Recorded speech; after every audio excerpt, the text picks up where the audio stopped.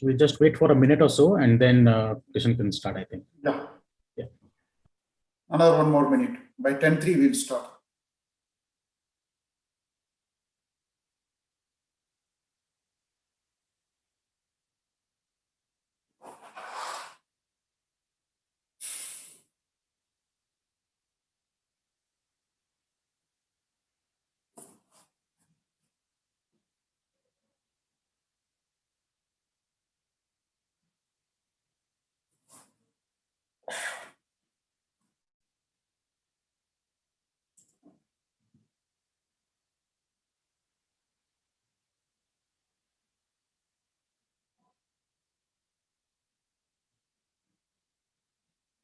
Shall we?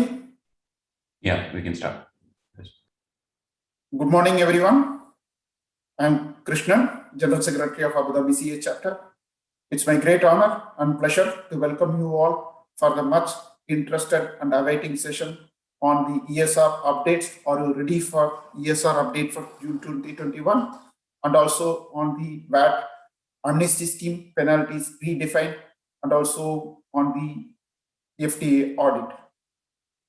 It is one of the interesting topics. Based on the request of the members, we thought, okay, this is more apt, particularly in June, where we have to have a lot of complaints, which most of us have to do as a chartered accountants for our company. So we thought this will be a more interesting session. First, we would like to thank Girish Chand for accepting our invite to share his knowledge, experience, practical experience, and wisdom on the ESR, which most of the companies, if they are following on the relevant activity, either they have to apply for the exemption or they have to submit the documentation which is required by the ESR. The second speaker of the day is C. Anurag Chaturvedi. He is the managing partner of Chartered House, an associate firm of Anderson Global. He is going to talk about VAT penalties redefined and practical experience on the VAT issues facing by many companies, particularly on the FTA audit. And also he'll give a touch base on the UBO that also is due on June 2021. So this is going to be a very interesting session. And basically we have done this time on Saturday. We started doing it on Saturday based on the request of the members, so that more and more they can participate in a more relaxed manner rather than after the office hours during the weekdays. Then after that, today we are going to release our newsletter. Thanks to CA Priyanka, Swati for putting a lot of effort to make the newsletter happen, collecting various articles from our members, sponsors. It is going to be one of the most interesting newsletter. We would like to have your feedback on the newsletter so that it encourages us to do more and more on the newsletter, release the newsletter on a regular basis. We are planning to have, during July and August, during our holiday season, we are planning to have more of a PDC session and also the social session, which will involve which will be including your family members. We are planning to have a badminton coaching, then bingo, then some other activities, which will make it more and more interesting. And then on the PDC event side, the next PDC event is going to be on the GCC, on a joint event with GCC chapter. It is going to be on the 1st of July, our CA's day, followed by one more event in July on the NRA taxation and also financial planning, the Indian stock market and the international stock market. So these are all more interesting events for our chartered accountant community members, which we can learn a lot from them. And then we request all the participants to participate in all the events. We encourage all the members to participate in all the events organized by the chapter. We also request your friends to join for this event, because more and more participation encourages us to our committee team to get in more speakers, which will be more interesting. First of all, thanks to Shafiq and Anu for putting a lot of effort in organizing PDC event, getting excellent speakers for our sessions. With this, I'll conclude my speech, and I'll hand it over to CA Neeraj Ritolia to take over for further proceeding. Over to you, CA Neeraj. Good morning, everyone. I welcome you all to today's PDC event, and I, of course, hope that everyone is keeping safe and doing well. Now you see that the recent regulation allows you to enter into a lot of places only once you have the green color on your screen, on your mobile screen. And that will happen probably that if you are fully vaccinated and you have taken PCR test at certain intervals. I request everyone to please follow every guidelines. And if by any chance, if anyone is not vaccinated, please do get vaccinated as soon as possible. If you need any help or assistance, please contact one of the committee member and we'll try to connect you with our partner, Purjil Hospital. ICI India, the committee of members in practice, which is under the leadership of CS Sanjeev Kumar Singhal, they keep bringing a lot of benefit for the chartered accountants and students. You must be receiving emails directly on your personal emails. Recently, they came up with a discount offer on Samsung products. Before also, they came up with some offers on insurance, health, medical insurance, those kind of things. So please do take advantage of these benefits, which are arranged for all the members here, chartered accountants worldwide as well. As you know that learning never stops, and the chapter, the PTC team always is proactive to engage the members with a lot of latest topics. Recently, there has been some changes in VAT, especially on the penalties. And in order to keep the members updated on various regulations, we keep doing events. We have today a speaker on VAT and ESR. As Krishnan just mentioned that we are planning to do a lot of events during this July and August. We also have taken a kind of a feedback from members who are willing to do a course on RPA. There were a few interests expressed by the members, and we will soon roll out the RPA workshop, which will be around 20 hours workshop. It's a paid thing, but I think those who are looking to understand or get RPA implemented in their office probably should definitely take the advantage. And those in practice should also consider taking advantage of this workshop, because you have a brief of what RPA is, how can you implement it, and just to know about it. We also plan to do one event with IBPG, which is, the speaker is basically a startup guy who's trying to influence 1 million teachers, especially in rural India, where they don't have a proper guidelines on how to teach and all. So they have taken an initiative where they are upgrading teachers' knowledge as well as skills, especially in the rural India. And I think that will be a real good initiative, event where the nice initiative has been taken. So we'll send out the circular soon on that, and we'll request everyone to attend that event as well. We, on the social front, we are planning to do, which is on a very initial stage, so I won't be talking much on that, but a nice event is being planned. There will be a slight cost to be paid by the members, which is minor, and probably all members should take advantage of that and get into it. So I welcome you all to today's virtual CPE meeting, where Girish Chand from MCA will be speaking on ESR, and C. Anurag Chaturvedi of Chartered House will be speaking on VAT. I request everyone to remain safe. Now I call upon the communication team who will announce release of ICI bulletin. Please do spare some time to go through it. A lot of time and energy has been put into it to give a shape. Thanks to Priyanka and Swati, our communication team. Over to you both. Thank you. Thank you, Neeraj. A very good morning to my dear fellow members and to my committee in particular, and a very special morning to our guest speaker, Mr. Girish Chand and C. Anurag Chaturvedi. It's a pleasure to have you with us today, as we are all looking forward to the session lined up. This is Priyanka, Leader Communication and Website Affairs. And I also welcome Swati Gupta, the subcommittee member, along with me. And we are both very, very pleased to share that in line with the chapter's objective of facilitating the sharing of professional and technical knowledge updates, we are going to release our newsletter bulletin titled as The Bulletin, which includes articles on technical and professional spectrum, words of guidance and appreciation from ICI head office, information on World Congress of Accountants 2022, while also including a quick recap on the updates and activities for this year so far.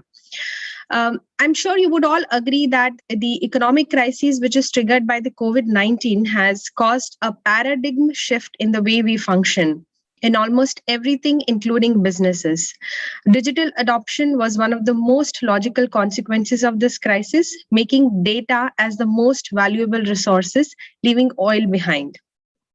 Now, this shift also necessitated digital way of authorization for businesses through digital signatures. Digitization is also making its way forward for the banking sector in UAE, where most of the banks are investing heavily to automate their services, while at the same time, they are also steering the contemplation on the live or translations. Now, transformation is the key to survive even on professional front as well as on the personal front, and hence there are some snowball habits that we need to invest into immediately. So I've just given a very quick glimpse into what the newsletter is going to cover all about. These sounds very interesting, and they are covered and discussed more in detail in the newsletter. The newsletter link will be shared through email and through WhatsApp as well. Wishing you all a very, very happy reading and a happy learning. I would like to extend my sincere gratitude and appreciation for the participation and support that we have got from members in terms of securing the pertinent articles. I would like to name in few particular CA James Matthew, CA Sambhav Jain, CA Ambereen, CA Saeed, CA Nishit Goyal, CA Manuj Kapoor. Thank you so much for your efforts in providing us the articles for the newsletters. Special thanks to XCOM for their guidance, and my subcommittee member CA Swati Gupta for her great support in leading the release. As Neeraj mentioned that, continuous learning and transformation is the key to grow. We would love to hear your feedback, suggestions for improvements for our future newsletters. Thank you so much from our end, and we hope you have a happy reading. Thank you so much. Over to you, Monish. Thank you, Priyanka. A very good morning to everyone. It's a great pleasure for me to introduce our speaker, Mr. Girish Chand. He is a familiar face in the CA fraternity and a regular contributor to UAE newspapers, especially on VAT topics. Over 25 years of professional career, he had served as a CFO for EPCO and held leading roles in finance and executive boards. He have conducted various compliance seminars for large corporates, professional bodies, industrial groups, and authorities. He currently heads MCA Consulting, practicing covering VAT, ESR, AML, and UVA regulations across UAE, Bahrain, and Oman. Ladies and gentlemen, please join me in welcoming Mr. Girish Chand. Thank you, and over to Girish. Thank you so much, Monish. Basically, this is my first time kind of addressing the ICI Abu Dhabi chapter. Okay, and it is indeed my privilege that I've got the opportunity finally to address the ICI Abu Dhabi chapter. Right. Basically, when we talk about compliance, I think I'm reminded of, Sadhguru had come sometime back to the, the ICI Dubai one convention. Right, and one of the remarks he made was, okay, there is no taxation in this part of the world. What are so many chartered accountants doing here?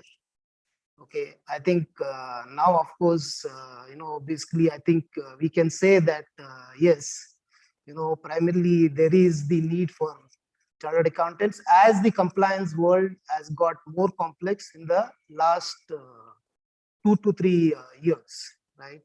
So at least we can justify our presence here and utilize the knowledge that we spent, burning the midnight oil in, basically completing our chartered accountancy. Yeah. When we talk about ESR per se as such, right? I know this has been a very hot topic in 2020, where effectively there were the regulations introduced. And subsequently, you had those regulations kind of replaced with a new set of regulations. So there was a lot of ambiguity. I think the dust has settled down. Okay, but however, what we have to remember is that as far as this regulation is concerned, it is not that you have done once and you finish it, like probably the UBO. However, you are expected to do this on a regular basis. And I think the real challenge which comes with the ESR per se, the regulation is not so complex as VAT. Okay, but the real challenge which comes in is basically in terms of the compliance to this regulation, right? That is where effectively organizations, I'm sure in 2020 would have struggled. Okay, and hopefully they have put the system in place to kind of do the compliance. Okay, I will move on to my presentation. Maybe Monish or somebody can confirm that you're able to see the slides. Yeah, we can see that. Yeah. Yeah, it's fine. Okay, I'll move on to the the mode of the presentation as such. Shafiq, just one more confirmation that the slides are moving. Right. Yeah, it's more. Okay, great. Thank you so much. Okay, so this is the basic kind of agenda that we have for today. And, please pardon me if I'm possibly going back to the basics as such in some of the slides, because the idea is that I am possibly covering a large audience, and maybe there might be some people who might be seeing this for the first time. So please bear with me if you already know a lot about ESR. Right. So we are talking of the background, definitions, the relevant activities, governance, disclosure and penalties, and economic substance. That's the gist of the presentation. Basically, if you look at the background, I will not dwell too much because I think a lot of us know that the ESR for the UAE is largely coming from the BEPS action plan. And basically, this is what has been initiated, and primarily UAE was basically required to do this as such. And that's where possibly in the initial years, they're like they say, we call it the formative years as such. So there were a lot of confusion. However, that's where, when you look at it, we had a whole set of regulations that were issued earlier in 2019 and till the half year of 2020. And they basically have been now been replaced with a new set of regulations, okay, from August 2020. And this is what drives the ESR, primarily the Minister Resolution number 57 of 2020, the Ministerial Decision 100, where it has been in detail specified as to how you are expected to do the compliance. And I must say that that document does offer a fair deal of clarity. And of course, there is the FAQs and stuff which are available. Okay, now we basically, and might be we are using updated because this is all coming from the new regulations per se as such. Yeah. So this is something very key and important for us to understand. Yeah, in terms of ESR, what are the basic different parameters that one has to kind of keep in mind. Okay, so when we look at the updated provision, now when we talk about it, primarily we are talking of all entities which are effectively registered in the UAE, whether they are onshore, whether they are in the free zone, they are in the offshore, and including branches of foreign entities which qualify certain conditions, unless they basically qualify conditions of exemption, which is primarily that whether they are basically in a different tax jurisdiction from UAE as such. Okay, who are exempt? And exempt is a category like VAT, if you like. However, effectively in the exempt category, you are still expected to kind of do the notification. Like in VAT, you are expected to reflect the exempt related supplies. So effectively what we are seeing is that the investment funds, basically the fund itself, okay, not the fund management. Okay, basically there are two categories, that entities of foreign entities which are tax resident outside UAE. Okay, also this was one thing which got added on, where we are talking about entities only owned by UAE residents and all the activities are carried out within UAE. Okay, so that is also coming under the exempt category. Of course, when we are saying exempt, what we are also saying is that presumably these are registered in UAE and they are conducting some relevant activity. Okay, and of course the branch of foreign entities again who are subject to income tax outside the UAE. Okay, in the revised definition, these were taken out, primarily natural person, sole proprietor, a trust or a foundation. These were now no longer considered as licensees. Okay, we have some examples here of basically when we say, for example, the tax resident outside UAE. Okay, what we are saying is that an Ireland entity has got a UAE free zone company. Okay, and effectively the management and control is in Ireland, and the income is also taxed in Ireland as far as the UAE free zone entity is concerned. That's the reason where the UAE free zone entity would be exempt under the ESR guidance. Of course, in all these cases, there is the requirement of evidence to be submitted in terms of it being in the tax jurisdiction of a foreign country. When we talk about, again, the UAE entities, now this is an example where effectively there are two entities and they are primarily in the UAE and they conduct a relevant activity. Okay, when we talk about relevant activity, possibly company A is doing, a lease financing or doing a lending to company B, right? In that context, since both these entities are within the UAE, okay, they might not be liable for basically, for the purposes of ESR as such. Okay, so basic is that they should not be part of any M&D group. Okay, the activities are solely conducted in UAE, and the important part is that all the owners are UAE residents. Of course, UAE residents includes, basically people who are allowed to be resident in the UAE as such, including of course, the locals. Right. This is another example where effectively the same kind of thing. Okay, but however, you have also an entity in Oman which belongs to this group. So what would happen is that in this context, effectively the entities will need to be looked at it from the perspective of that it is also doing transactions outside UAE, and therefore I would say that in terms of this particular thing, what would happen is that if there is a separate licensing, then company A would be okay. However, company B may not qualify. Now, this was a very important change which was brought about, is that where we talk about the connected person, right? Now, when we talk about connected person, the earlier definitions were changed, and now what we are referring to is that an entity which is part of the same group. And in that context, obviously, the element which is now being referred to is that from the purposes of, looking at IFRS 10, where we talk about a consolidation parameter, right, where the entities are required to consolidate, which would mean that they have either got a majority holding or they control the other entity, okay, by voting rights and the parameters that are usually associated in the IFRS 10. Right, and when we talk of the foreign connected person, that's a person that is basically connected person that is not resident in UAE. Okay, now this becomes relevant. The foreign connected person becomes relevant in determining the relevant activity, primarily for, when we talk about, three businesses.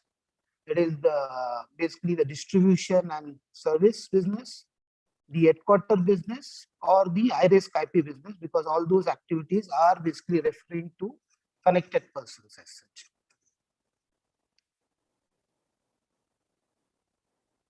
Right, we have one example here of how the connected person would work.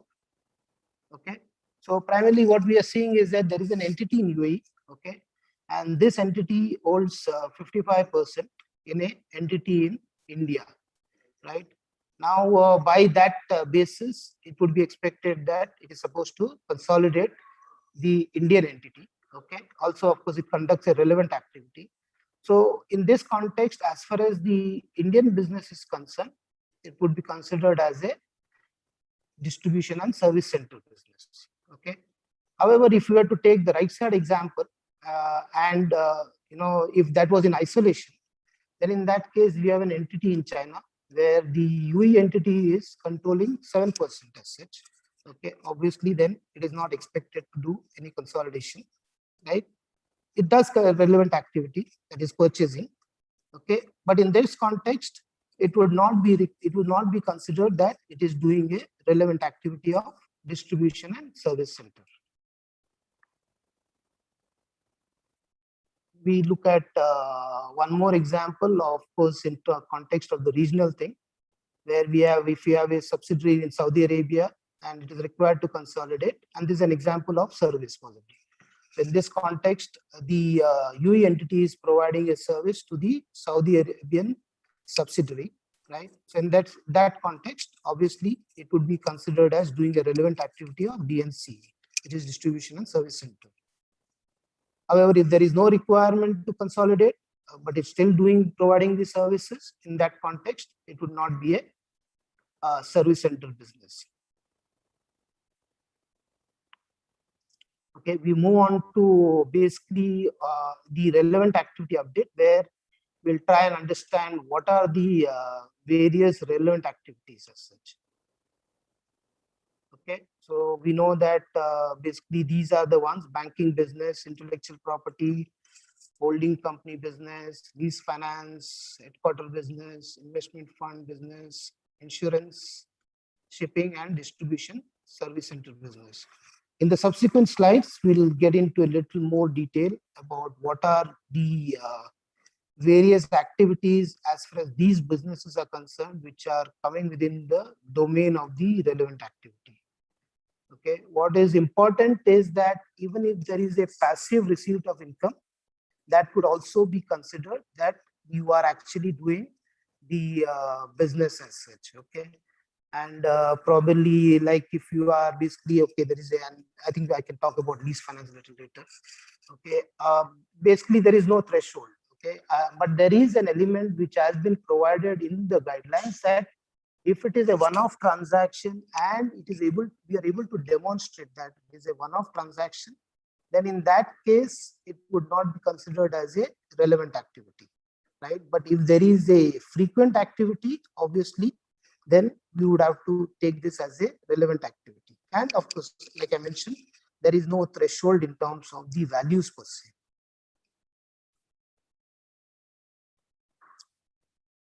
Now we'll dwell into little about the specifics. I think when we look at this business, I would say that possibly more than 80% of the business in this region would come under this category. So I think this is a very important element of understanding, and most of us would kind of be talking about, or at least what we have seen in our practice is that, you know, most of the entities that report for ESR are under the distribution and service center business.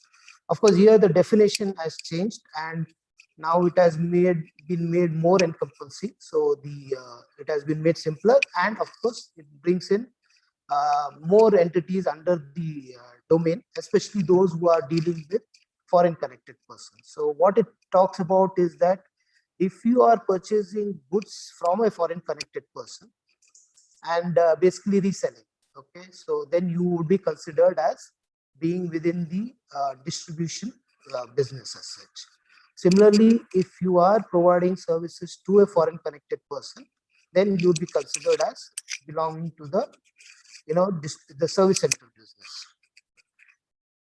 Now, what was the change which has been done from the earlier time is obviously that there were the requirements of importing and storing in the UAE or reselling outside UAE. Now, those have all been dispensed with. Also, in context of the service center business, earlier requirement was possibly to be in connection with a business outside UAE. Now, it is that if you are simply providing services to foreign connected person, regardless of the place of the supply, it would be brought within the domain of the ESR. So, as we can see, primarily the scope has been announced mainly for foreign connected business.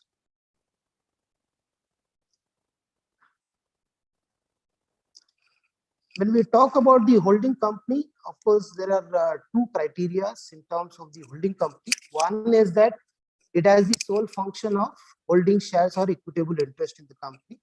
And the other one is that it is earning dividends and capital gains. Now, both are mutually exclusive conditions that both need to be satisfied as such. Yeah.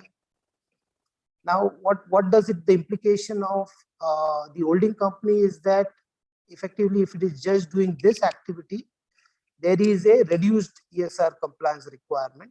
Okay, where effectively it is required to demonstrate that it has adequate employees and premises for holding and managing the business. It is not expected to basically fulfill the criteria of directing and managing the business, and to demonstrate adequate expenditure in the UAE. So it basically brings about a reduced ESR compliance as far as the holding company business is concerned.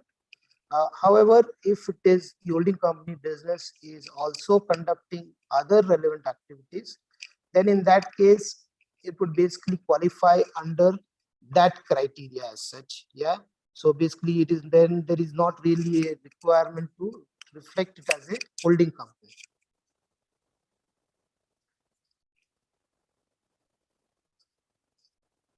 So that's what I basically covered, that if it is doing anything other than that, and if it is having lease finance activity, then it would expect to do the full ESR compliance.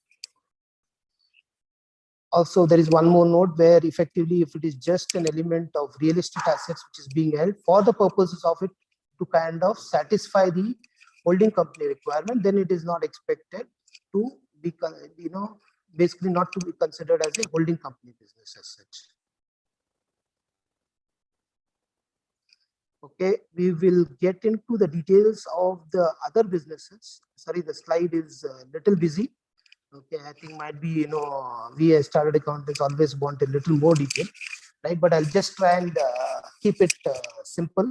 So when we talk about lease finance as such, basically, okay, we understand lease finance in terms of loans to a related and unrelated party or entering into finance leases as such. Okay, but there is something very interesting and which has created a lot of debate and possibly confusions is the element of cash pooling, and where there is the inter-group financing. Although now with the revised regulation, the clarity is much more that these activities are coming within the domain of the lease finance, where effectively if you have a cash pool arrangement, right, and if the interest is earned, of course the element here is that if an interest is earned, then it qualifies as a lease finance activity. Although there are some ambiguities around this in terms of the regulatory authority and how this will be dealt with it. But I think as far as the ESR disclosure is concerned, obviously if entities are supplying loans to local entities or to foreign connected persons, and if they are earning interest on that, then the lease finance activity sphere would get triggered. Yeah.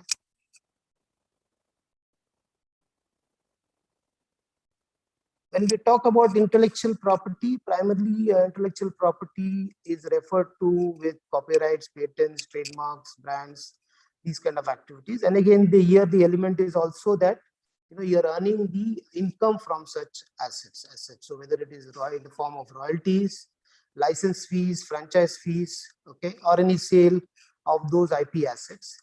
Basically, if there is an income earned, then it qualifies for the basically the intellectual property business. Of course, there are the cases of a lot of the entities here which hold possibly IP assets, but which are primarily for the purposes of their own kind of business as such, right? They are not earning specific identifiable income from such activities, and as such, those entities would not qualify for the IP business per se. There is one element of basically where we refer to as where increased kind of economic substance needs to be demonstrated is the high risk IP business. And what is an high risk IP business? Primarily, there are 3 criteria, and it requires all the 3 criteria to be satisfied. Okay, the number 1 criteria is that the licensee did not create the IPS asset. Okay, it either acquired it from a connected person, or basically it was in consideration for funding a research and development. Okay, and the third part of it is that it has basically sold that IP asset to one or more connected person, or it is earning separately identifiable income from such IP assets. Now, this would qualify for into the criteria of basically being high risk IPS, high risk IP activity as such, right? Now, what is the repercussion, or what happens in case of if the activity is qualified as an high risk IP? Primarily, it is that straight away information is shared with the foreign competent authority, because what we are saying here is that this is something which is acquired from a connected person, right? And it's basically shared with that particular competent authority of the parent or whoever is owning that asset per se. Okay, and it is basically presumed that it is failing the economic test unless it meets the increased substance requirement, what is referred to as DEMP. Okay, DEMP means basically you are demonstrating development, you're demonstrating enhancement, you're demonstrating maintenance, you're demonstrating protection, and you're demonstrating basically exploitation. Effectively, all these activities need to be demonstrated within the UAE.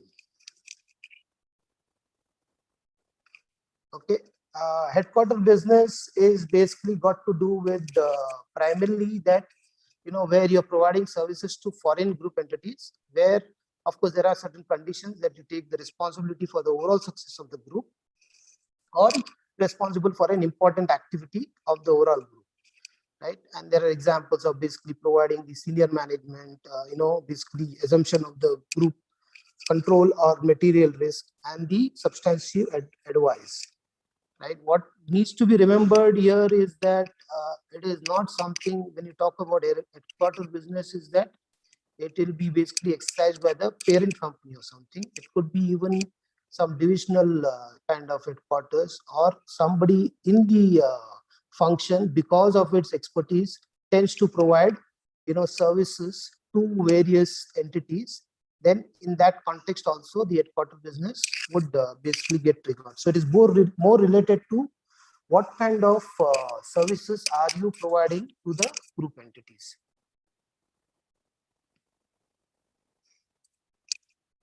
When you talk about shipping business, although it looks complex, but one of the primary criteria for shipping business is basically involving operating of a ship per se as such. And in that context, whether you're doing the business of transporting, chartering, selling of tickets, or basically the container related business, or the management of the crew. But this particular shipping business is triggered primarily when you operate one or more ships in the international market. Banking business is fairly simple. We all understand banking. However, the part here, what we need to just remember is that where effectively, if you are an exchange house, okay, you would not qualify. If you're a stockbroker, primarily you not qualify. Or if you are involved in advisory, arranging or other services to clients, in that context also, it would not basically qualify as a banking business. Insurance is again simple. Okay, what we understand as basically it's involving the acceptance of risk. However, again, the insurance brokers or agents and any intermediary would not basically come within the domain of the insurance business. Maybe they would come under the domain of possibly the other relevant activity. Investment fund business, when we talk about it, primarily the investment fund business is where the decisions are made about the investment, divestment, these kind of activities, or any risk related activities. However, if there are in the value chain, if there are basically fund administration or a custodian or an investment advisory or any other investment fund related activities, or primarily even the investment fund for that matter, right, it would not qualify unless it is also in that context where it's a self-managed fund, where investment manager and the investment fund are both within the part of that same entity. I think this is an example where we basically refer to primarily how the distinction is made, because when you talk about an investment fund, there are multiple. Like in this example, there is the Trinity fund.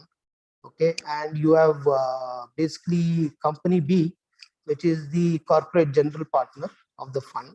Okay, basically you have company C, which is actually the investment manager, and you have company D, which basically handles the administration of the fund. So in this context, only company C, which does the basic role as an investment manager, that would be considered as carrying out the investment fund business. Now, I think the Ministry of Finance has given an excellent flowchart when we look at this decision making for determining the whether the entity is carrying out a relevant activity and what it is supposed to do. So I'll just run through the flowchart. Basically, I think it would also help organizations in terms of determining whether they are required to comply with the ESR provisions. Okay, so what it basically says, hopefully I will use the arrow to indicate. Shafiq, is my arrow seen as such on the screen? Yes. Okay, great. Right, so we basically start at the top. So what it basically says is that if the licensee is a corporate body for partnership in the UAE, right? If the answer is yes, basically then the regulations would apply. The next part of the decision making is that does it conduct a relevant activity? If of course if it is no, then the regulations does not apply. Then we move on, and this is important because there is this confusion around exempt companies. So as you see that you are evaluating the exempt company at the third stage. So first you have to see whether it's kind of a registered. Second is that it is conducting relevant activity. Then is where you evaluate whether the licensee is an exempt company. Okay. So if it is an exempt company, then what happens is that you are basically required to demonstrate that yes, how you qualify as an exempt entity. Okay. Basically, the next decision tree is about does it earn the relevant income, right? Now, yes, if you are not earning relevant income, then in that case you are not required to demonstrate the substance for the financial year. What it means is that you are expected to basically only file the notification. Okay, and I think that's what at this juncture is basically entities. Basically after this is where the notification is a requirement. Okay, so primarily what we are seeing in an exempt company, notification is a requirement. Okay, also if the entity is not earning an income, then also just it is the notification. Okay, once that is qualified, then what we are saying is that okay, is it an holding company? Okay, so if it is an holding company, obviously are you meeting the compliance requirement from the regulatory authority, which means are you basically complying with your basically the entity, the zone or the local economic body from where you have taken the registration. If it is yes, then there is the limited kind of basically compliance expected.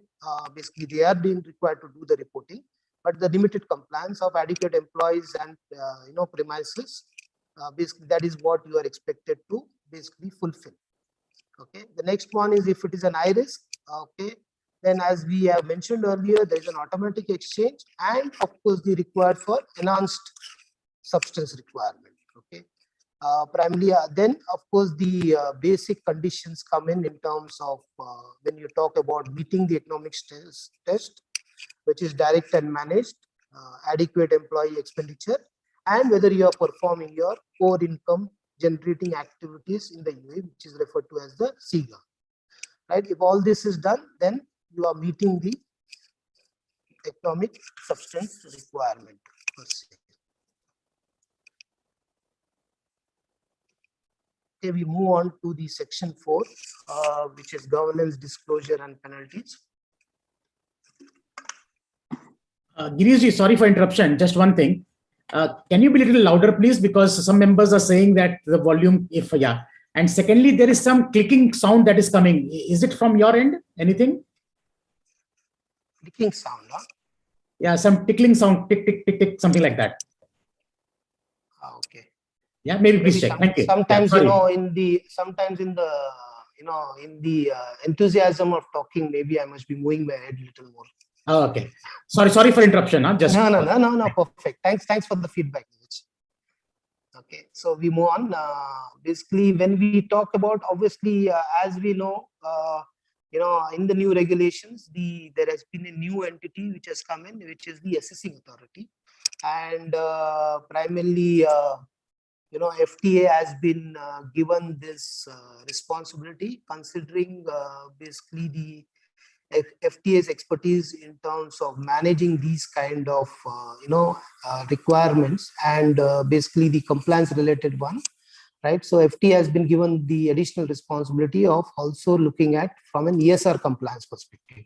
So basically it will do undertake the assessments, impose the administrative penalties.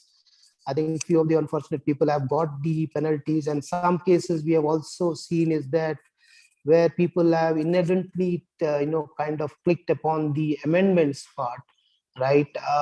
Because it when you are changing, then there is a likelihood that, and if you don't submit why you have basically changed it, right? So people have been also, that is because as we know in the VAT context also, some of these are system driven. So if you are doing a certain activity, obviously there are system driven kind of penalties triggering it. So this has also happened in case of the ESR. Okay. So these are the various activities that basically FTA is charged with. Okay. Now we move on to in terms of the flow of how this whole thing works. Okay, for the each CSR administration and information flow. So we have the licensee or the exempted licensee who is basically doing the notification and the reporting, right? Now and primarily there is the regulatory authority, which is the respective free zones, mainland entities, or the offshore kind of, basically the licensing authority, right? So what's happening is that the regulatory authority's job is to collect, review, and ensure the accuracy of the notification and the reports. And the regulatory authority reports to the assessing authority, which is the FTA, in case of if the licensee fails to submit the requisite information. Now, the National Assessing Authority will notify the Ministry of Finance in case the licensee fails the ESR. Okay, in case of all risk, high risk IPs, in case of tax residents outside UAE and the branch of foreign entity outside UAE. Okay, and also the primarily as we said earlier, it assesses whether the tests are met or basically there is a penalty being imposed. Now these are the cases as the top where the exchange of information happens through the Ministry of Finance. Okay, and this would be basically with the foreign competent authority where the parent company or the ultimate parent company basically or the ultimate beneficiary resides. So this is where the information exchange would happen. Right, this is about notification. I think this is pretty clear that basically a licensee or an exempt licensee, okay, basically needs to file the notification. Okay, whether it has earned or has not earned income during the period, the notification is required to be filed within 6 months from the end of the financial year. So effectively what we are seeing, the 30th June 2021 deadline is for entities whose financial year is from Jan 20 to December 20. And what is the information? Whether it has carried out relevant activity, whether it has generated relevant income, the date of commencement, and any other information. So obviously all the basically the ownership related information are also required to be filled up as far as the ESR notification is concerned. Of course, this is clarified now that, okay, when you talk about multiple branches, effectively you have a single notification and you need to basically highlight the branch where the relevant activity is being conducted. Similarly, whether it doesn't matter whether it is a free zone or a mainland, they would all come under a single notification by the parent entity. Right, in terms of reporting, basically it's licensees who are generating income from a relevant activity and which are basically not in the exempt category. So they are required to do, and this is 12 months from the end of the relevant financial period. And primarily, as we said, for the Jan to December reporting, this would be something which would be required to be filed by 31st December 2021. Okay. And again, these are the various information that are required to be filed. Primarily, this information is from a perspective of, where you are demonstrating that you are meeting the economic substance test. I think we'll get into detail as far as what are the various criteria in subsequent slides. Okay, of course, as similar to VAT, the expectation is that you must keep a record for a period of 6 years from the end of the financial year, right? And basically we refer to as all the government entities should cooperate with the basically the regulatory authority and the national assessing authority for any kind of information requirements for them to basically assess whether the entity is meeting the economic substance. Of course, I think this is what keeps us on our toe, yeah, in terms of compliance, is the the risk of penalty. So basically, where notification is not filed, it's 20,000 dirhams. Where an economic substance report is not filed, it is 50,000. And where you are providing inaccurate information, there also the fine is 50,000. In case the test is failed in the first year, the penalty is 50,000, and with the additional repercussion that there is an information exchange with the foreign competent authority of your parent or the ultimate beneficiary or the parent company, right?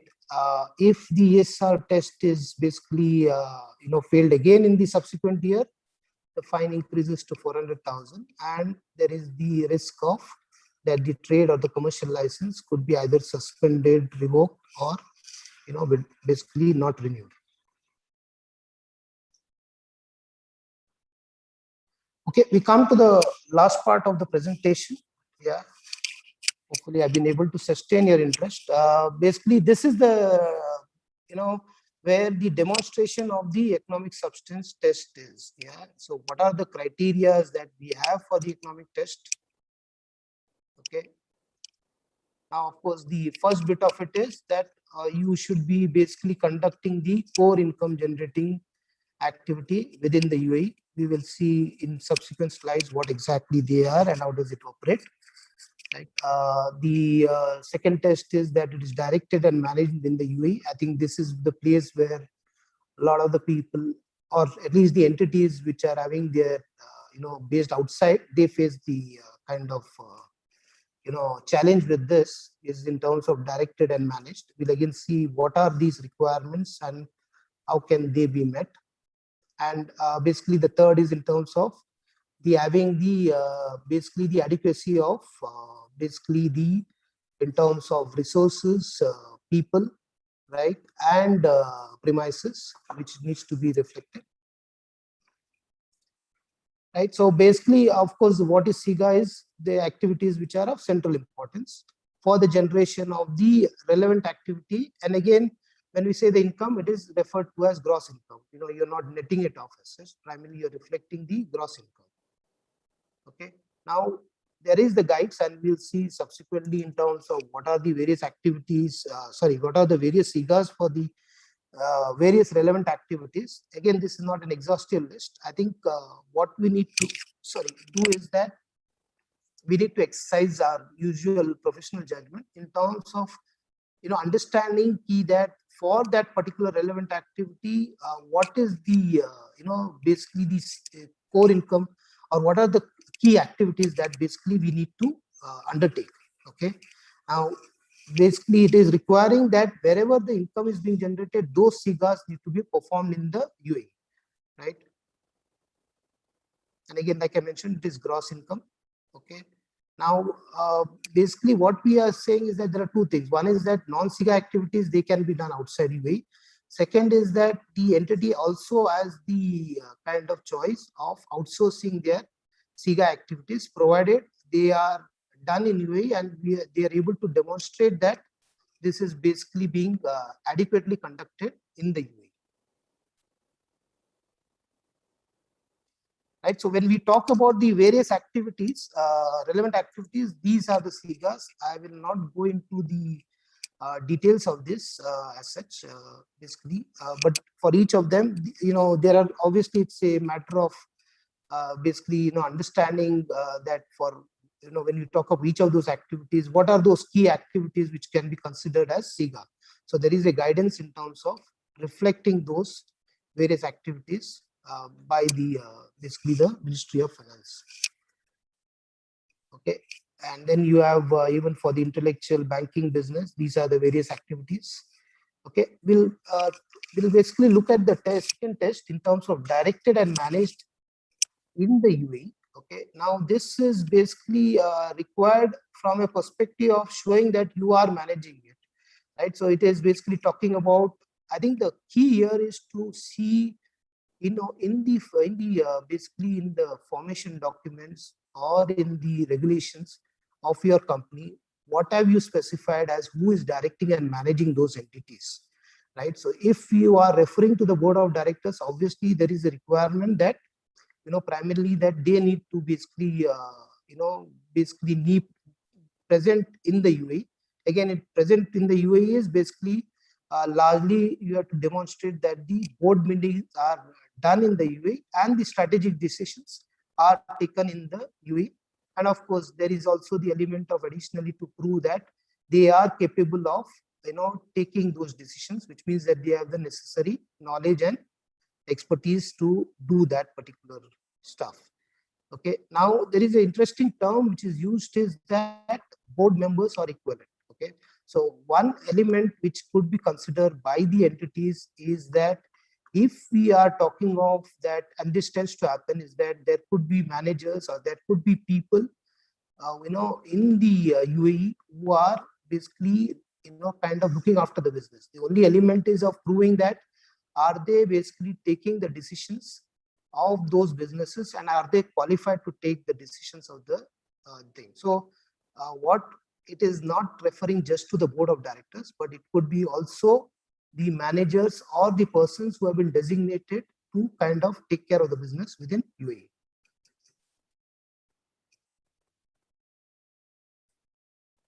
Okay, there has been a kind of relaxation on account of COVID-19, where basically they have basically mentioned that you can basically look at alternate directors who can attend the meeting, since basically when we talk about physical presence is now a little difficult. Okay, but these are again supposed to be temporary relief measures which have been I think this was basically for the 2019 which has, sorry, the 2020 part of it. Now basically we presumably that would be also be available for 2021, considering the the situation as far as the COVID-19 is concerned. So this is something which there has been a relaxation given. When we talk about outsourcing, the entities can outsource. However, what is required is that they need to demonstrate they are able to monitor, control, and exercise supervision. Okay, and of course the activity needs to happen here, right? And there isn't a multiple counting, because when you talk of outsourced bodies, okay, is it that the same person is actually giving service to multiple entities? It's quite possible, but I think there is a concept which is used here, is that in terms of FTEs, which is full-time equivalent, and they have given a guidance around it also, is that basically saying that you have to consider that somebody is working for 40 hours in a week, right? So effectively, yes, a person can do multiple multiple entities. However, then you'll have to calculate in that fashion as such. And yeah, they have also put in a rider saying that outsourcing must not be used to circumvent the ES test. Okay, so this is about obviously where the FT test which I mentioned about, primarily that full-time employees, so that how we determine the full-time employees has been specified. Okay, then you need to demonstrate the operating expenditure and the physical asset in relation to the business. So if it is a small business, obviously it is not expected that you need to demonstrate big expenditure.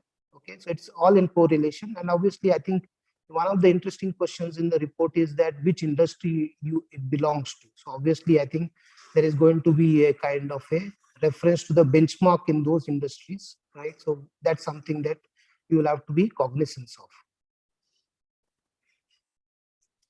Okay, and I think the most important is that which has been put in is that the adequacy, obviously, as we all understand, okay, if we talk to 3 professionals, the adequacy would be differently determined. But I'll say that even in the context of VAT, that we are all possibly lawyers and we can have our position. Okay, however, the judge is only one, which is the assessing authority. But they have given a guidance that it can be it can be different based on the business. Okay, and it is not the intention to put in a cost in terms of as far as basically entities for complying with this regulation. Okay, and in relation to the nature and level of the operation of the business, that is what is required to be done.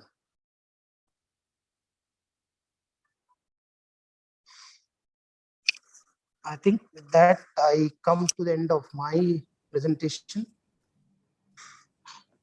Okay, thank you, Girishji. And we have a few questions from the audience. So I'll address the same. Just 1 minute. Okay, if there are two relevant activities is applicable, then which of the relevant activity the ESR should be filed? For example, like distribution services activity and a holding company activity is there. Sorry, Manish, just 1 minute. Huh? Yeah, can you repeat the question? If we have two relevant activities for the same company, say the activities are one is distribution and one is holding company activity. So under which activity we should file ESR? So if it is related to, if you have got, holding company only if you are doing the activity of holding company. Okay. However, if you are having distribution and service, you are expected to file it under the distribution and service center business. Okay. On this one, also just a little more thing is that basically when you talk about kind of the banking business, right? If you are basically in the banking business, then you don't have to basically mention headquarters, leasing, or DSC. There are various criteria, okay, which are specified that if you are qualifying for a certain business, you did not specify. Yeah. Girish, echo is coming from your place. There is an echo. Yeah. We are not able to hear clearly. No issues, sir.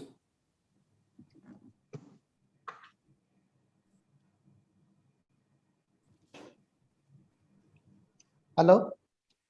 Yeah, now it is perfect. Now it is perfect. Now it's good. Sorry, I removed the earphones as such. Yeah. Okay. So I'll move on to the next one. There is a common confusion that is within the market that many of the people have filed with the notification, ESR notification. Their companies doesn't have any relevant activities. In that case, they should repeat it every year. No, like one of the things of the, basically, and that's where the, when we talk of the annual submissions are concerned, right? Each year has to be evaluated on its own merit.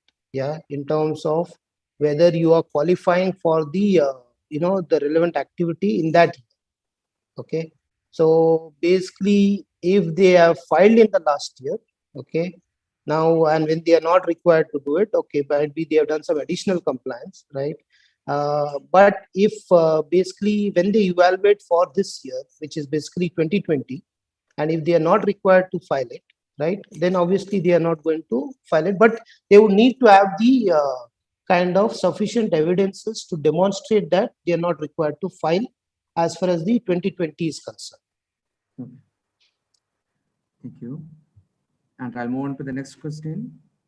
And for the intellectual property, if it is acquired from foreign connected person, however, there is no separately identifiable income from the same. So can it be considered as a relevant activity? So primarily when we talk about, the IP, okay, there are these two conditions, both are there. Like we said that whether are you basically, acquired it and you are earning an income from it. So it is a and condition. It's not an or condition as far as the IP is concerned. Okay, then thank you. Thank you for the wonderful and descriptive section and throwing light to the recent amendments which happened to it, especially the COVID relaxations. And okay, thank you. Okay, thank you so much for this. I think this is my first certificate from the Abu Dhabi chapter. So I think definitely this is a landmark day for me. Thank you. Good morning, everyone. First of all, thank you everyone for joining us today. We have a very good and decent number of attendees. In fact, a very huge number of attendees compared to few of our past events. So thank you everyone for joining and participation. On behalf of ICI Abu Dhabi chapter and our entire managing committee, we would like to present our speaker a certificate as a token of appreciation. Thank you for joining us today and also for sharing your expertise. Thank you. Thank you so much. Now, let me call upon our committee members here, Ramesh Devi, to introduce our second session speakers here, Anurag Chaturvedi. Thank you, Shafiq. And thanks, Girish ji, for a wonderful presentation. Dear friends, as you are aware, UAE government has revised the administrative penalties for violation of tax laws in the UAE via a new cabinet decision. The amendments will be effective from 28th of June, which is 9 days from today. The good news is the amendment generally reduces the VAT penalties for non-compliance, and the taxpayers will now be given time to settle unpaid taxes before the late penalties are imposed. However, some penalties in circumstances have been increased, although the taxpayers also have the benefit of waiver of the penalties. To give more insight of all these VAT penalties and updates, we have with us today CA Anurag Chaturvedi. As CEO and managing partner of Chartered House Tax Consultancy, Anurag leads one of the young and dynamic professional services organization in the UAE and UK with experienced and tax-savvy professionals. For more than 16 years, Anurag has had a distinguished career serving large and complex global clients and has served as a specialist in tax enablement, automation, business transformation, governance, and risk management across multiple countries. He previously led the senior advisory positions with Big Four and leading global firms, and currently is a member of the Institute of Chartered Accountants of India, Dubai chapter's executive committee, and also the vice president. Anurag has advised hundreds of taxpayers on VAT impact, how VAT impacts their business, and effective ways to address growing compliance needs. Anurag regularly writes to the media and in the marketplace relative to tax, economic business trends, the new business reality, the dynamics of technology impacting businesses, etc. Anurag has recently been interviewed on one of the Asia's radio 106.2 FM Views You May Use segment to discuss critical aspect of VAT in UAE impacting individuals and professionals. Anurag is also a catalyst for business automation using new age technology to recover technology disorders. He has given various sessions on tax and technology through syndicated forums such as Chamber of Commerce, ICI, IBPG, RBPG, Dubai Quality Group, and TAI Dubai. He regularly features in Khalij Times and the National as a VAT expert. His profile is larger than life, and we are glad to have Anurag present today. VAT penalties redefined and updates. Over to you, Anurag Bhai. Thank you.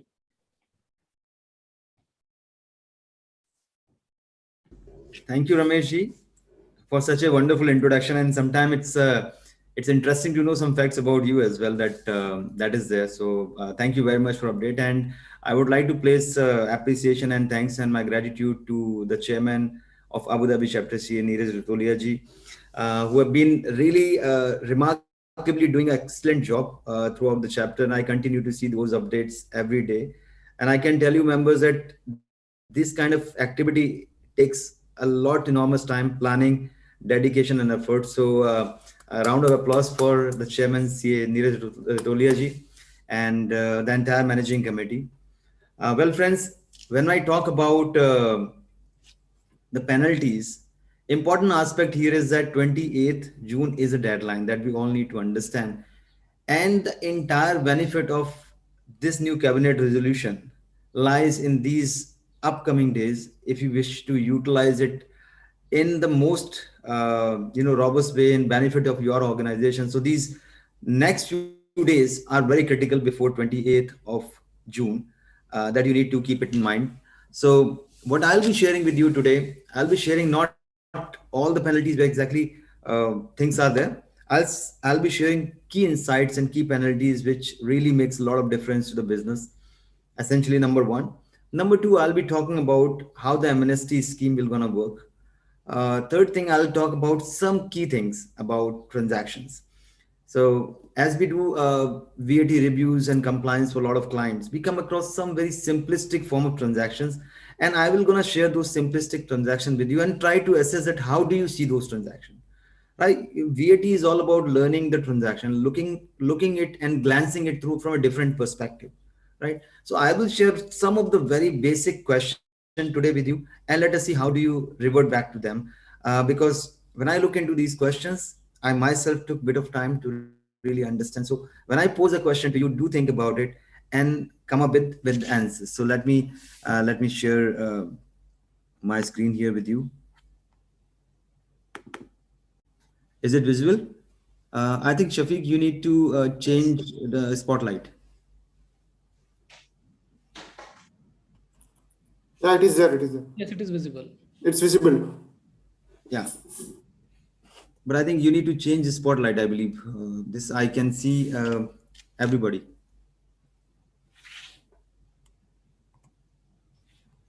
Yeah, the attendees will only see you. Okay, that's it. Okay, fine. Because generally we do it through the. So here it is. So what I'll talk about introduction. So let us go into introduction.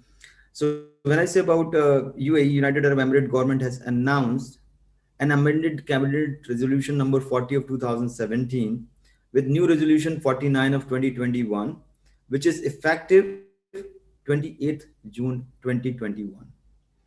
The introduction of this resolution provides a great opportunity to the taxpayer that you can take the benefit in form of reduction of your penalties, which have been levied for various reasons. So this is here important aspect is take the benefit of the penalties which have been levied and which is not yet paid. You can take advantage of that. Can somebody guess how many number of tax penalties are there in the UAE in the VAT law? I'm not talking about excise, but VAT from a perspective that how many penalties are there? So the answer to that is there are 50 different administrative penalties that could be levied on a taxpayer in a different form. So today's theme of the topic is understand, analyze, quantify the exposure before it's too late. So it's too late means 28th is the deadline with respect to the outstanding. So one does not have much of the time to really think about it. He need to make his way out. Although the deadline is to make the payment is 31st December. However, till 28th of this month is due, that will be applicable for the relief that we'll be talking slightly later. I'm sure many of you heard about 300% penalty, and people understand that penalty can only be maximum of 300%. But friends, before I get into this particular penalty, let me tell you that the 300% cap is with respect to a single administrative penalty that have been levied.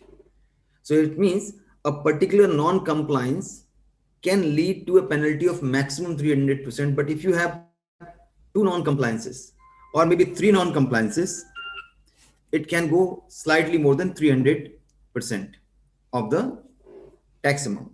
So let's talk about the most levied penalty in the UAE, and most of the taxpayers are facing challenges with respect to this particular penalty, which is late payment penalty, and which is basically the base for this entire resolution to come in picture. Because 300% penalty within less than a year's time on a particular tax due is really very significant and probably may disrupt the entire business function. That's the reason cabinet resolution number 49 have been used. So as we all understand that whenever a taxpayer does not make the payment of due tax within the stipulated time, which is 28th of subsequent month, then the penalty, late payment penalty start applying in, and it applies based on a 2% immediately of unpaid tax, then 4% on 7th day, and then 1% each day thereafter, to a maximum of 300%. So this penalty, and if you see the tax procedure law, where Article 26 provides a special mechanism to a taxpayer to apply and seek relief from the committee within the Federal Tax Authority, the penalty waiver committee it allows.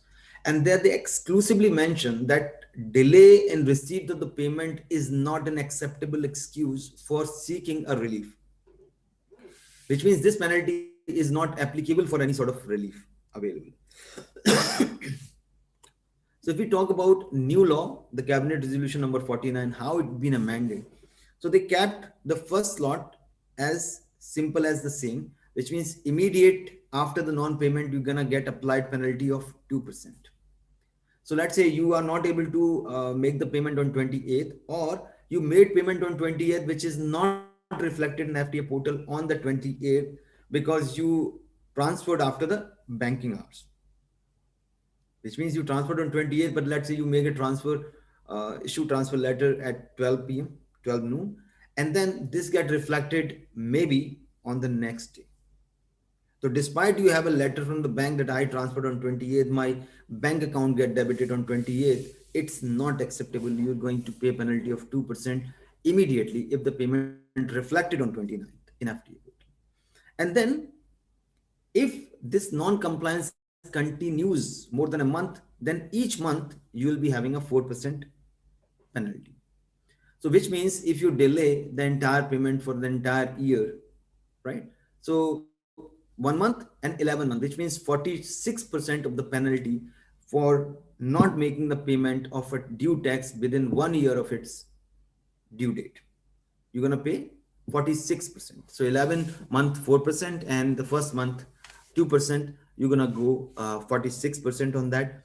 Now let us understand when this entire penalty becomes applicable, right? So this is the tax due, immediately tax you if you're not making a payment. This is how it applies. But let's say you file a voluntary disclosure today. You identify a issue in your return and you file a voluntary disclosure. The moment you file a voluntary disclosure, you have 20 days from the submission of the VD to make this payment. You get tax assessment notice from a federal tax authority, and you still get 20 days from receipt of this assessment order to make the payment. So in these 20 days, there is no penalty for not making a payment, but immediately on completion of 20th day, which means 21st day, you will be starting applying the penalty of 2%, and then each month thereafter from the date of 2% issuance 4%. So this is a very, very good relief that I see towards the business of FTA. FTA has provided a very nice relief for business to stay compliant. And I believe this is in line with international standards whereby people pay the penalty in relation to non-payment of their dues. Now we talk about penalty for non-disclosure. What is a non-disclosure penalty? Non-disclosure penalty is that you have forget or you have omitted certain tax disclosure to be made. Let's say a supply which is standard rated, you have not reported it intentionally or unintentionally. When I say non-disclosure, it means both intention, unintention, both. So you identify an issue post submission of your return, right? And then you start doing the voluntary disclosure. That's why I call it the penalty for non-disclosure. And how this penalty basically works, this penalty works on a fixed and variable amount. So there's a fixed penalty used to be, which is 3,000 and 5,000. First instance of non-disclosure and you disclose through voluntary disclosure is first time 3,000, and then any subsequent or second time voluntary disclosure 5,000 for each tax period. And then you have a variable penalty as well, which is used to be the 5% of the tax amount, 30% of tax amount, and maximum of 50%. So 30% before the notice issued and 50% after the notice being issued, and you do voluntary disclosure. That's how this penalty used to be calculated. So we look into the revised penalty in that relation. Okay, how this revised penalty is going to be revised non-disclosure. So 5% of on the difference amount if the voluntary disclosure is submitted during the year 1.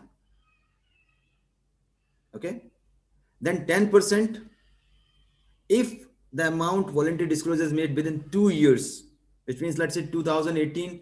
So you make before the end of 2019, 10%. If you make before the end of 2020, 20% of the tax amount. If you make before the end of 2021, that's where 30%. And then thereafter 40%. 40% is a ceiling with respect to disclosure within the 5 years period. And then this is a maximum cap that you're going to pay 40%, 5 year onward as well. So even 6 year, this cap remain 40% only. Now, why they given 5 years only? Because most of the tax record you wanted to, FTA allows you to keep for 5 years. But that does not mean that they cannot audit in the 6th year for the year before. They can audit. Probably there'll be certain ways and questions that they'll ask in relation to that. So please don't understand that after 5 years, the audit cannot happen.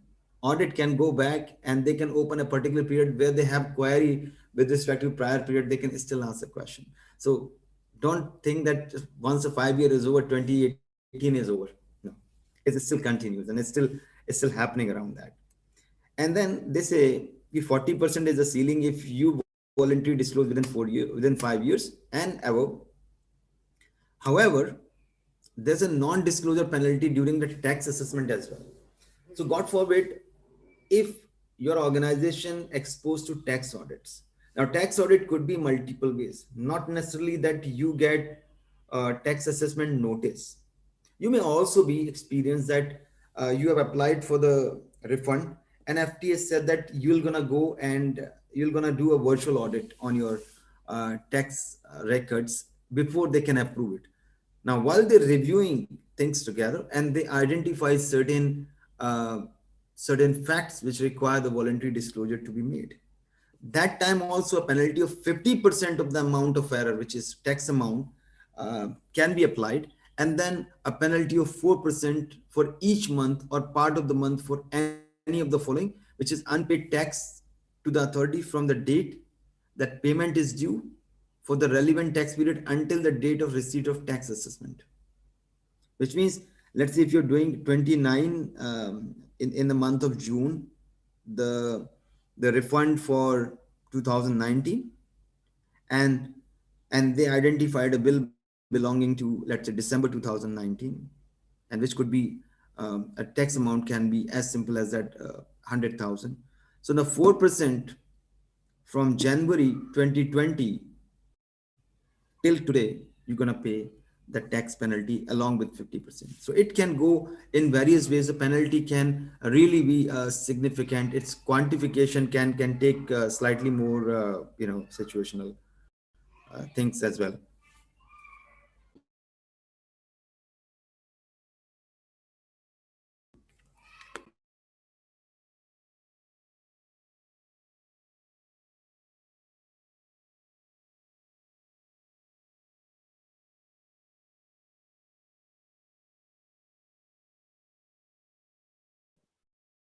Anuragji, your mic has been muted.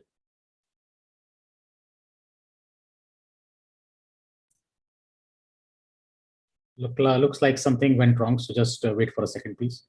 Yeah, we'll wait. Yeah.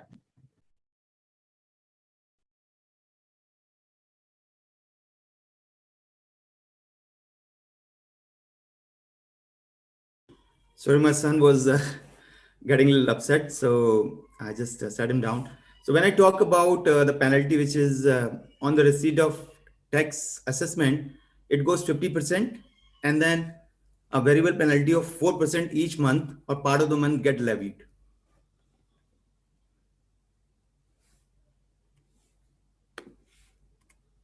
Now we talk about the frequently levied penalties in the tax world. So failure for taxable person to register within the stipulated time, which is like often we see that basically somebody is establishing a new business. So when you establish a new business, what is the right time for you to register with the tax authority? So it's a time frame that as soon as your turnover is going to reach 375,000 dirhams, within 30 days within the time frame, you need to apply for registration.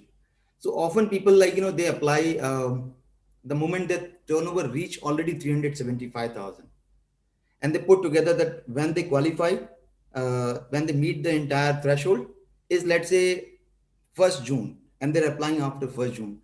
It means you already, cross the threshold and you are applying late, which means the previous penalty was 20,000 and now the new cabinet resolution revise it to 10,000 dirhams. So what we advise of businesses, and whenever a new incorporating entity is being incorporated, we advise them that you need to watch your turnover very carefully. You need to watch your turnover very carefully and continue to watch it as soon as you cross the turnover threshold of, let's say, 300,000, you need to start preparing for registration, because the moment you cross 300,000, you are above voluntary registration threshold and you can easily apply for it. Now, essential question here as well is that once you apply for registration, prior to registration, there are certain expenses that you make. Those expenses may or may not be subject to recovery in relation to input VAT on them. So you need to be very careful about that. Another very frequent penalty that we have seen was deregistration.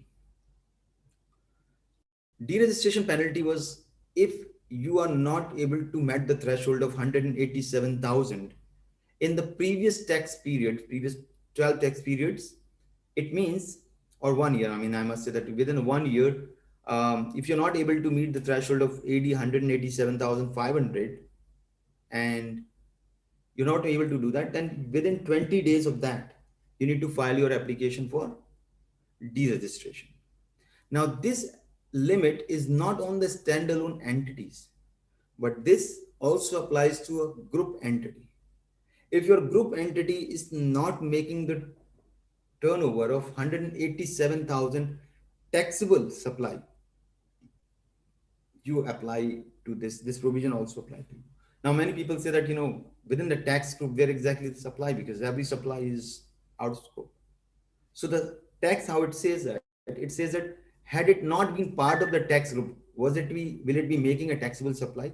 If yes, which is in excess of 187,500, then you need not to worry about it. Other people need to think about that. So what is the penalty? What used to be the penalty for delay and deregistration was AD 10,000.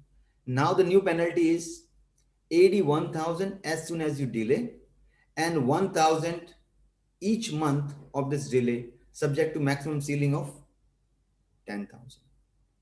Now, another thing to notice that this is not the maximum cap, because in this period, they will not deregister you. So you may further have the penalty of delay in submission of the tax, right? So delay in submission of the tax could also be a penalty, which is still 1,000 and 2,000 dirhams, which is exactly here. 1,000 and 2,000, this penalty is not changed. So that penalty is still there with respect to deregistration. So you need to be very careful about it. Good point that I must say that FD has realized. I'll share an instance with you before I discuss on this penalty. As anyway, this is there on the slide. But I think it was 12 months ago, I've been approached by a client, and they were having a kind of scenario whereby they filed the wrong return. I mean, probably the error of like 100,000 becomes, 10 million. So they probably added quite a few figures. And they filed the return generally in the first week of the month. So they filed the return, and all of a sudden, once they looked into, realize the tax amount is really very significant, because tax amount was not exactly in the 5-digit, because there was input as well. So they realized that it's 4.9 million is coming around that. So they realized there's definitely some error itself. And they immediately went and they filed the voluntary disclosure on their own, and corrected the return on probably on 10th of the subsequent month. Their voluntary disclosure acceptance gone through quite a few months, 6 or 7 months, because FD asked various questions and answers and documents to substantiate that claim, which they furnished. After 8 months, when their voluntary disclosure get accepted, they got snapped a penalty of 97,000 dirhams. And 97,000 dirhams worth of penalty that they've been levied. And They try to file a reconsideration. And I'm sure that you all know that reconsideration can be filed only once against a particular thing. And then it cannot be filed twice. So they filed one time reconsideration, it got rejected. They filed it twice, that again got rejected. And then they reach out to us. They say, look, what can be the way? Now you have already crossed the threshold or time limit, which is like within the 20 days of the rejection of the voluntary disclosure, you can apply to TDRC. And before applying to TDRC, you need to make requisite payment of due tax as well as penalty. Now the tax amount and penalty is substantiate. So they could not do so. They say, look, what's the way forward for us to get the waiver of that? And when they reach out to us, I say, look, it's difficult. It's difficult. But we can create an instance. We can create an instance by seeking FTA that I'm not a non-compliant person. I'm a compliant person by paying the due tax, by filing the correct return before 28th. Why should I have been levied the penalty in the first place? So we wrote a technical clarification to them. The technical clarification reward came after 45 days. Look, this is a capital decision. You are not a non-compliant person, but it's a capital decision. Your money will be refunded. And today, if you see that change of that, is that if you file a voluntary disclosure before the 28th, there is no penalty. There is no penalty. And if you file, and the difference, let's say even you file after the due date, the minimum tax is 500 dirhams, subject to amount is less than 500, the due tax. The due tax is less than 500, then minimum penalty in that relation is 500. Otherwise, first time repetition is 1,000 and 2,000. In old penalties were 3,000 and 5,000. Now we talk about amnesty scheme. What is the amnesty scheme is all about? I see the questions as well. So what is the amnesty scheme? Amnesty allows businesses to get waiver of 70% of their unpaid penalties. Unpaid penalties. So just like the way RTA fine have been issued and they have been given the waiver, if you pay before the deadline. So the deadline in relation to these penalties is 31st December 2021. So if you make the payment, which is 100% of due tax, please note 100% of due tax plus 30% of administrative penalty. If you make payment of that before December 31st, then you get waiver of 70% against administrative penalty. Now, what will happen with this waiver? If you're delaying the penalty, your revised penalties will be calculated as per the revised schedule from 1st July, which is not waivable. It will gonna go exactly as per the order. So you need to do a calculation here, my friends. You need to do a calculation if you did not opt for this before 28th of June, this entire scheme. Then what they're gonna do, they're gonna apply the new scheme for the continued non-compliance. And your old compliance continue as it is. It doesn't mean that, with the new scheme, this automatically get waived off. No. It will not get waived off. You need to apply for it. There's a mechanism for it to apply. And the new penalties will continue on the non-compliance. Should it not reach 300%, so that will gonna continue in relation to that. So 30% is required to be made. So please do provision about it. And that's why the session have been kept, on this critical juncture, that, there is still some time left before the deadline comes in. So think about it and do, and act wisely. I will give some illustration penalties at what the cost benefit analysis that you can probably do that. A taxpayer identify a tax error of output VAT amounting 100,000 in September 2018. Tax period and makes a voluntary disclosure on 27 November 2021. The payment of tax is made on the date of the disclosure. So he made actually on 27 November. So New resolution talks about total penalty of 31,000 because 1,000 fixed penalty, variable VD penalty is 30,000 because of 30%. Old resolution, if you see the penalties, 308,000. 308,000 is the penalty amount versus 31,000 new one. Point number two. Now, probably you have been levied with this penalty of 308,000 in relation to old. You have not paid. Now, this 308,000 will not be waived if you will not apply for the scheme, and the new penalty will start calculating at the rate of this 4% as well, if it is not there. Maximum of 50%.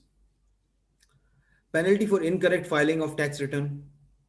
So this is a different penalty, that's a different penalty. So taxpayer has filed the VAT return on 10th September 2021 and 15th September 2021 observed a 5%, which is just, I explained you the situation, the output tax is 450. So the minimum tax, going to be, in this case is nil because he's doing before the due date, 28th. Had it been doing after the due date, then he would have been paid only 8,500 dirhams. Point number three that we need to talk about, penalty post tax assessment, which means the tax assessment notice have been issued to the taxpayer, or an audit has been begun with respect to his tax claims in form of audit as well. Because audit is also a tax assessment. The return review, whenever they give you an indication to return, that is also in form of assessment only they give you. When the FT audit conducts and they ask you to change certain tax amount, they give you assessment order only. So what was happening, that VAT amount is 100,000 for the September 2018 tax period and received the tax assessment on 27 November 2021. The payment of tax due is made on the date of assessment because this is every time. So we are not calculating the late payment penalty. We're just trying to illustrate about what is a fixed penalty and variable penalty. So new resolution talks about 1,000 for the first assessment. If it is subsequent assessment, then 2,000. 50% of error amount, which is 50,000, and 4% each month, a part of the month. So total is 199,000 is what the penalty amount going to be as per new resolution. Old resolution is going to be 353,000. I'm not discussing that much in detail because 2%, 4%, 1%, 50% remain the same. So this late payment penalty is basically 4% each month from the,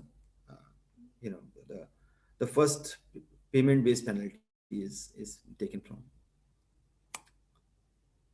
What I wanted to tell you is that from a penalty standpoint, the business should take proactively review of their past returns. If they're not done so, they shall review the past return, ratify the same in case of error, ensure 100% compliance with tax laws, because this opportunity once missed, there's not going to be another scenario. So people have the belief, probably they'll have belief that, if this has happened this time, probably in due course also something may happen.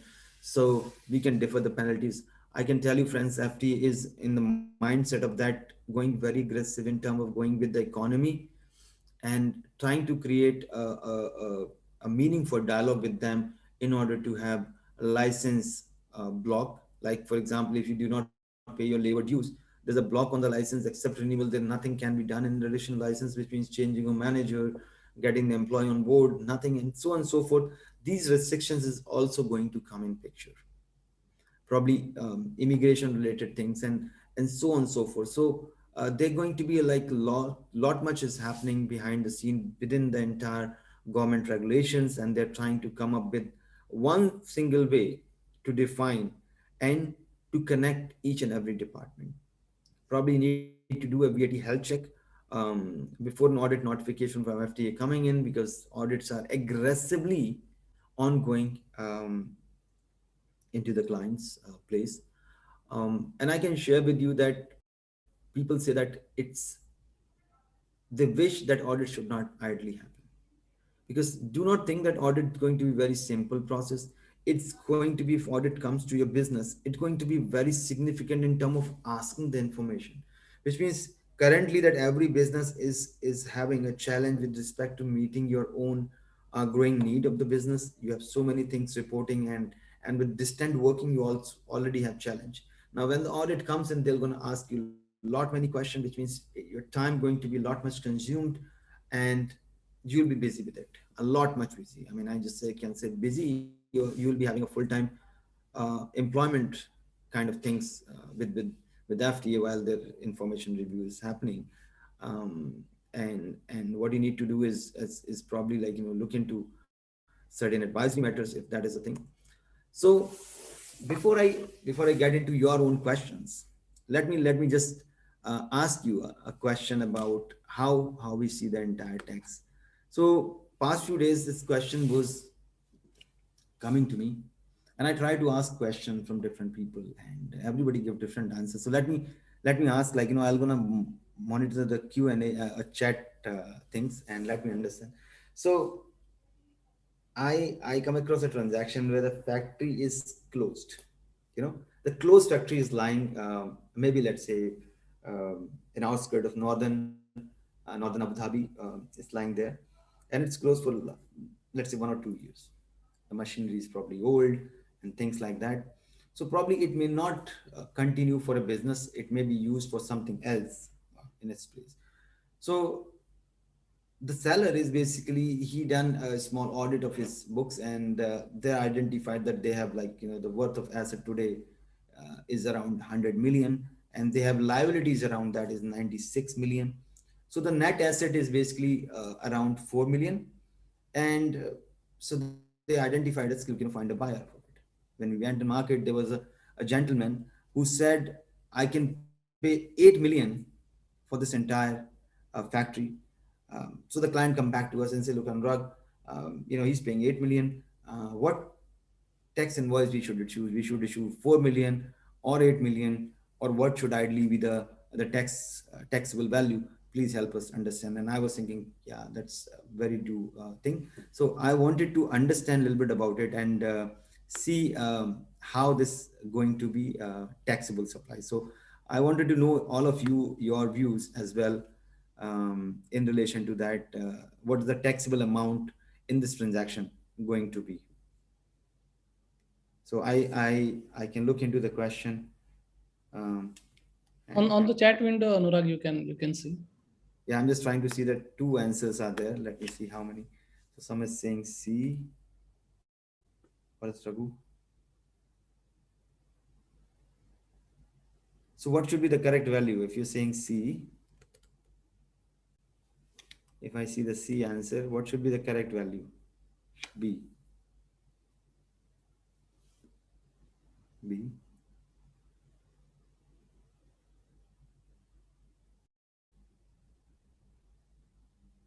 $8 million invoice amount, yeah. So I can see many answers of B.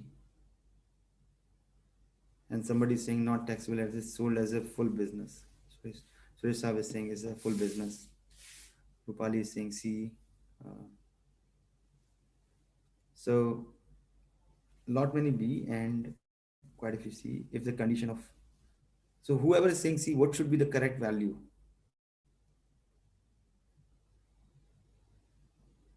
Not taxable.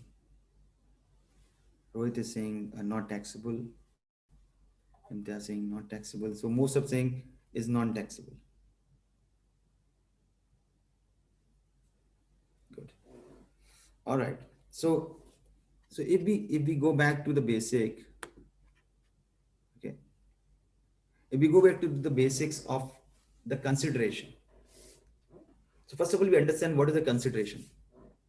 If we talk about Article 1 and read the definition of consideration, the consideration says that money, anything that you receive in money or anything else which can be treated as money, is what the consideration. And I said, first of all, the factory is closed. What all you trying to apply, whoever said B or A, or many times C as well, if you're saying that transfer of business under going concern, TOGC you want to apply, right? But where is it G, going concern, where's the GC in this? It's a closed factory. I'm saying the very first statement is a closed factory, which means transfer of business going concern is not there. Now comes to the fact that when the transfer of business under going concern is not there, what we are selling? What we are selling the factory, and what this factory has, it has 100 million worth of assets. So what you are giving, what you're passing on to some party, are you passing on the net or you passing on the assets? You pass on the assets to the party who will pay you 108 million. Taking that, you'll settle 96 million because liability belong to who? Liability belong to you, not to the buyer. Liability belong to the seller, not to the buyer. So the buyer is paying 108 million to take 100 million worth of asset. Now you can say that you can settle this liability. I don't want to get into this. Please settle liability on my behalf. But that does not change the fact that asset value were 100 million. Now this is how you see the tax. I asked this question to many people. I mean, how it came to my mind. I mean, one day I was talking about TOGC and some of the transaction I was analyzing, and we come across. I asked this question to a lot of people. Trust me, not you. Everybody's answer is 4 or 8. 8. Most of the people say 8. And some says TOGC. Converted TOGC. I said, why should I convert? It's a fact that it's not a going concern. How can I convert it? No. As a tax compliant person, you'll say 108 million. I will apply the due tax on this. This is what the thin line difference in relation to that. Now, next question. If I ask about my slide, I'll share again, probably.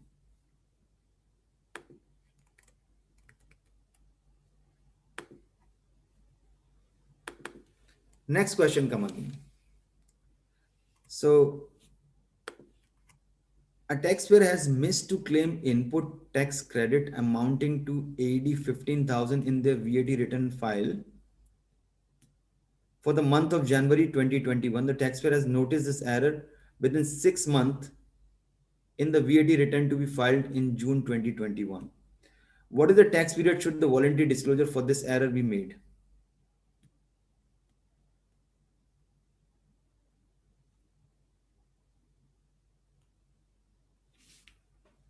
January, June or July?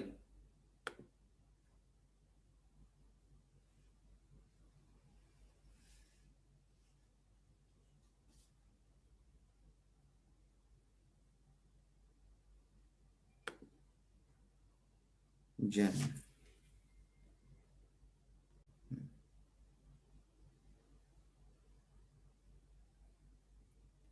So I can see that, yeah, most of the people are correct answer. So this is correct. You need to file the voluntary disclosure in the month of Jan 2021. So like this, please understand that, friends, you are into the profession or you are into the industry. When you look into the tax transaction, you need to read it very precisely, the facts of the transaction, and read it through many times. Whenever you come across a scenario, don't take the judgment into rush. All I wanted to say that don't take the judgment into rush. Read the transaction, think through it, and think again over it. Discuss probably is required. And I tell you, this is where I learned from. This I learned from your chairman, C. Neeraj Ratolia ji. He and I discussed quite a few transactions some point in time, and each time we discussed and argued on certain facts, and again argued, and we said, look, let's cool it off. Let's discuss probably some other time. Maybe we need to think sometime again and again and again. So some point in time, some transactions are very tricky where it is not allowing you to think and get convinced over it. So if you're not convinced on certain things, take your bit time, analyze, read more about it, think through it, and probably you'll find a little bit more answer in that relation, and you'll be able to take right judgment. Last slide on my point before I get into the Q&A is ultimate beneficial ownership. We all have been seeing this going around here and there, multiple ways, think through it. What shall we do? What shall not we do? How shall we file the UBO? Whether we simply, when we receive SMS, we just simply confirm it, or what shall be done in that relation? So first of all, I'll tell you some of the key things. If you have not able to file the beneficial ownership of your business, check your license and see whose number is mentioned on the trade license. Many times you have a PRO who probably may not have been working with you now, and you've been left, or you've been some other country. His number is not reachable, which means you have a little bit additional hassle than a normal person. That is number one. Number two, if you are into Abu Dhabi and you are doing the business in Abu Dhabi and your business is only in Abu Dhabi, then you must have your owners register themselves on UAE pass. Because without that, your UBO is a real going to be the challenge. I'll come on the UBO part, but I'm telling you the administrative part before that. So your owners or person who's having the POA on behalf of owner should have been registered on UAE pass, and your companies on ADDED should have been linked with this particular person. So there's a mechanism whereby the POA holder or authorized signatory can be linked on ADDED portal using the UAE pass. If that is there, that is step is one, then you are seamless and very structured and easy way with respect to UBO filing. So what is how many tests, how do we identify who the ultimate beneficial owner? So the first test that we do is the ownership, which means anybody is holding more than 25% of equity share capital of the business is considered as UBO. So in UAE, most of the mainland entities having 51, 49 or 51 dash percentage. There are three partners, they divided 49 into three parts. So basically only one, which is local, is going to be the ultimate beneficial owner as per the law. So law doesn't stop here. They understand the challenges involved into this entire segment. Number one, they said, yes, if you're not able to identify the UBO, go to the test number 2, which is control test, and identify who significantly exercises and have control over the business. Who has control over the business? So which essentially means the person who's holding 49% will be the person who will be exercising the control over the business. So you can identify and tell them. Now, friends, first and second, if you go ahead with the first, you say that an Emirati national who's a sponsor on the license is ultimate beneficial owner. On the ESR front, you have to define that as well. And going forward, you can, if you said at one place that he's ultimate beneficial owner, tomorrow you have a challenge in multiple places that he's not ultimate beneficial, because you yourself declare, I declared all particulars submitted and furnished above are true and correct. You yourself do the declaration. You cannot go back on your own declaration that I said wrong. I didn't have an option. So even the people who do it using the portal link, it takes you the SMS link that you receive. You go on the website and try to do that. There is also mechanism to add or remove person. Please do that. Please do that very cautiously, because it may have bearing on your company's act-driven compliances, which is your ownership, your profit distribution, and so on and so forth. It may have, because ultimately it is going to Ministry of Economy, and that is where the challenge is. Now, if the test number 2 is also not identifiable, because there are people, 20 people, the companies listed on the stock exchange, companies PJSC and things and so on and so forth, multiple reasons can be there. Then comes in the third test, which is management. The management is a person who is a natural person who's exercising the control over the business or managing the entire business, can be defined as ultimate beneficial owner. Right?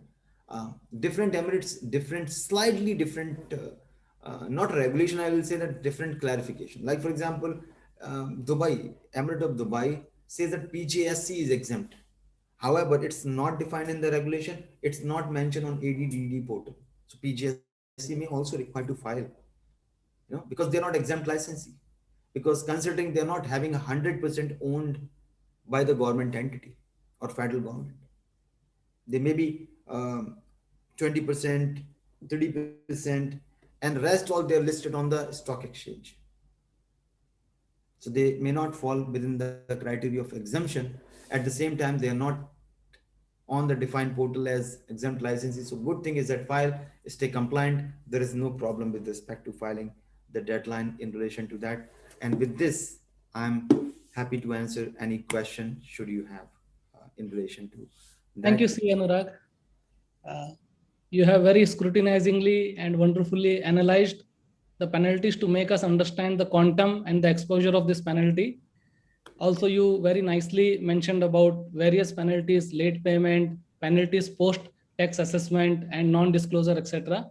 Also about the tax amnesty scheme and few key takeaways. And last but not the least, about the determination of the UBO. So with your permission, I would like to read out the questions to you, which you can respond. Thank you. So the first question is the waiver applicable for penalty paid upfront in case of the appeal? Yeah, so the penalty, once you said that if you paid the penalty upfront and you have appealed against it, now that penalty is considered paid, it's not considered unpaid penalty. You have already paid about it. When the decision will come, you can further appeal to higher court that my penalty should have been confirmed as per the new regulation. But there is no waiver applicable to you because you already settled that penalty. You have chance to go to higher level of the court of first instance. You can go and take things forward. Thank you. Thank you, Anurag. So the next question is from our past chairman, CA Suresh Panwarji. He is asking, due to ongoing pandemic, a lot of organizations, particularly operating in the tour and travel industry, the turnover reduced to less than AED 187.5K. The organization expect that as soon as the travel restrictions are lifted, their turnover is expected to increase beyond the threshold limit. So in this case, is it mandatory to deregister? Very, very good and valid question. I must thank you, Sureshji, for taking this question. Now, in this case, what an ideal situation is that you definitely apply for deregistration, because that is where your core condition is. Somebody should apply within the 12-month, and you say that my temporary stay is there on the business. So when you say deregistration is not only applicable once you liquidate the business. If your business is stopped making taxable supply, that is also there. Now, it doesn't mean that you are completely stopped making taxable supply, but your threshold is not going to be there for obvious reasons. So you can say that you can apply to FT that I wanted to deregister, considering my threshold has reduced significantly and I'll not be able to meet the threshold. So I'll continue to be on the side of this thing, and as soon as your threshold is exceeding, you can re-register again yourself. But yeah, from a tax perspective, this is going to be a challenge as per the law.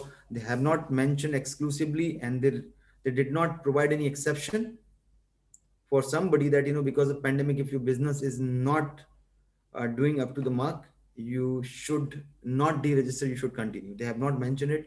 So we go as per the law, you need to deregister. Thank you, Anurag. Wonderful answer. And there is another question. Are sole proprietorship LLC taken at par with the sole establishment for VAT purpose?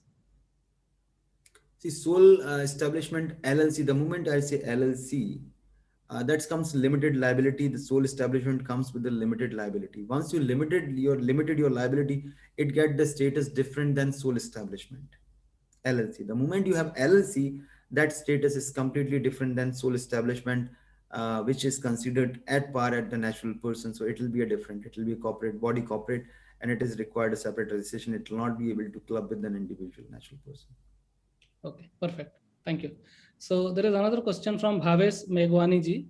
He is asking, can VAT deregistration penalty waiver be given if applicable rate for deregistration through reconsideration form?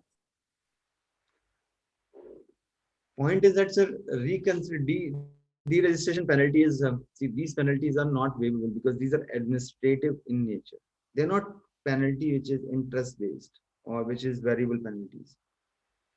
Even if you file reconsideration, they're not going to waive it off because that's what I have seen until now. The penalties, they're very adamant to keep it and there was no waiver with respect to these penalties. Late registration, late deregistrations, I have not seen. So probably even you wish to file, it's okay.